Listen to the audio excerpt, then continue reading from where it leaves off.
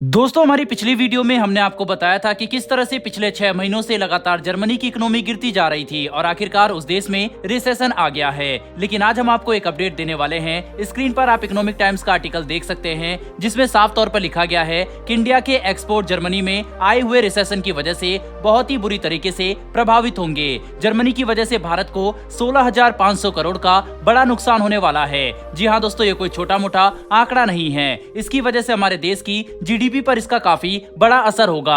हमारे आज की इस खास वीडियो में हम आपको बताएंगे कि आखिर किस तरह से जर्मनी में आए हुए रिसेशन से भारत को भारी नुकसान का सामना करना पड़ रहा है। लेकिन दोस्तों, भारत अगर चाहे तो इस मौके का फायदा भी उठा सकता है। तो चलिए इन दोनों ही पहलुओं पर नजर डालते हैं और बिना वक्त गवाए हमारी आज की इस खास वीडियो को शुरू करते हैं। दरअसल दोस्तों, अपने टोटल एक्सपोर्ट में से कम 14% का एक्सपोर्ट भारत सिर्फ और सिर्फ यूरोपियन यूनियन को करता है। ऐसे में जर्मनी में जिस तरह से हालात बिगड़ते जा रहे हैं, इंडिया के साथ उसके एक्सपोर्ट काफी ज्यादा इंपैक्ट करेंगे। भारत जर्मनी को ही नहीं बल्कि पूरे यूरोपियन कंट्रीज को लार्ज अमाउंट में एक्सपोर्ट करता है। और एक तरफ जहां जर्मनी में रिसेशन आ चुका है, तो ये तो मान के चलिए कि अब पूरे यूरोपियन यूनियन में मंदी छाने वाली है। यानी कि भारत का एक्सपोर्ट जिस यूरोपियन यूनियन के साथ सबसे ज्यादा था, उसी के साथ सबसे ज्यादा खराब होने वाला है। भारत के एक्सपोर्टिंग सेक्टर की बात करें तो फुटवियर और लेदर गुड सेक्टर में सबसे ज्यादा एक्सपोर्ट यूरोपियन यूनियन में अभी तक किया जा रहा था और पूरे यूरोपियन यूनियन में भारत सबसे ज्यादा एक्सपोर्ट जर्मनी को करता था। उसके बाद सेकंड नंबर पर नीदरलैंड और इसके नीचे बेल्जियम, इटली और फ्रांस आते हैं। आंकड़ों की बात करें तो इंडिया जर्मनी के साथ 2022 और 23 में $10.2 बिलियन का ट्रेड करता था, यानी कि 84,500 करोड़। जिन सेक्टर में सबसे बुरी तरीके से इम्पैक्ट होने वाला है वह leather product, chemical and light engineering item के सेक्टर हैं। सिर्फ ये 3 सेक्टर ही ऐसे हैं जो कुल मिलाकर भारत का एक्सपोर्ट जर्मनी के साथ टोटल $2 बिलियन तक बनाते थे। यानी कि भारत को जर्मनी में आए हुए रिसेशन से करीब $2 बिलियन का सीधा नुकसान है। यह बात खुद इकोनॉमिक थिंक टैंक GTRI के को फाउंडर अजय श्रीवास्तव ने कही है। उन्होंने ये भी बताया है कि 2 बिलियन के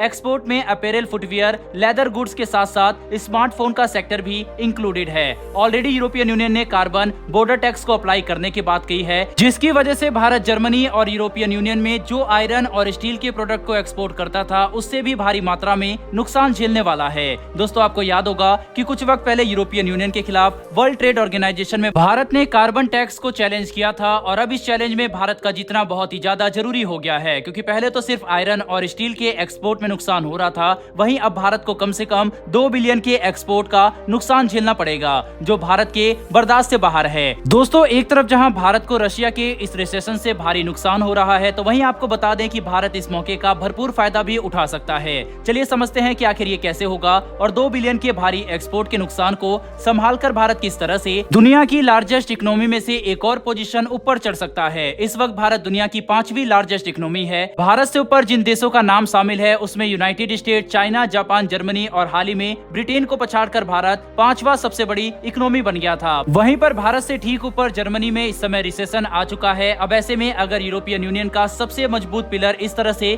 कमजोर पड़ता रहा तो बहुत जल्द ही पूरा यूरोपियन यूनियन धराशायी हो जाएगा, क्योंकि सिर्फ दुनिया की 4थी लार्जेस्ट इकोनॉमी ही नहीं बल्कि नंबर 1 इकोनॉमी यूनाइटेड स्टेट ने भी ऑफिशियली इस बात को कह दिया है कि हमारे देश में भी रिसेशन आने वाला है। ऐसे में दोस्तों, अगर भारत अपने ट्रेड और पॉलिसीज को बेहतर बना लेता है और पहले से 2 गुनी तेजी से अपने आप को डेवलप करने की कोशिश करता है, तो बहुत जल्द भारत जर्मनी को ओवरटेक कर लेगा। और अगर जर्मनी में आया हुआ रिसेशन 1 साल से ज्यादा टिक गया, जिसे ऑलरेडी 6 महीने हो चुके हैं, तो वह भारत के नीचे आ जाएगा और इस मौके का फायदा भारत को जरूर उठाना चाहिए। वर्ल्ड बैंक ऑलरेडी ये बयान दे चुका है कि 7% की ग्रोथ इंडिया की इकोनॉमी में इस साल होगी। वहीं RBI गवर्नर श्रीकांत दास ने तो इस बात का दावा भी किया है कि 7% से ज्यादा की ग्रोथ हमारा देश करेगा, और वह भी दोगुनी या फिर तिगुनी तेजी से। यानी कि साफ है कि जर्मनी तो ऑलरेडी बर्बाद हो रहा है और यूनाइटेड स्टेट भी खतरे के निशान पर झूल रहा है। ऐसे में भारत के पास ये साफ रास्ता है कि भारत अपनी इकोनॉमी को मजबूत करके विश्व की 3री या 4थी सबसे बड़ी इकोनॉमी बन जाए। बहरहाल दोस्तों, इस पर आपकी क्या राय है? क्या आपको लगता है कि भारत जर्मनी को पछाड़कर इस साल के अंत तक 4थी सबसे बड़ी इकोनॉमी बन सकता है या नहीं? अपनी राय कमेंट बॉक्स में लिखकर जरूर बताइएगा। साथ ही हमारी आने वाली डेली ऐसी वीडियो के लिए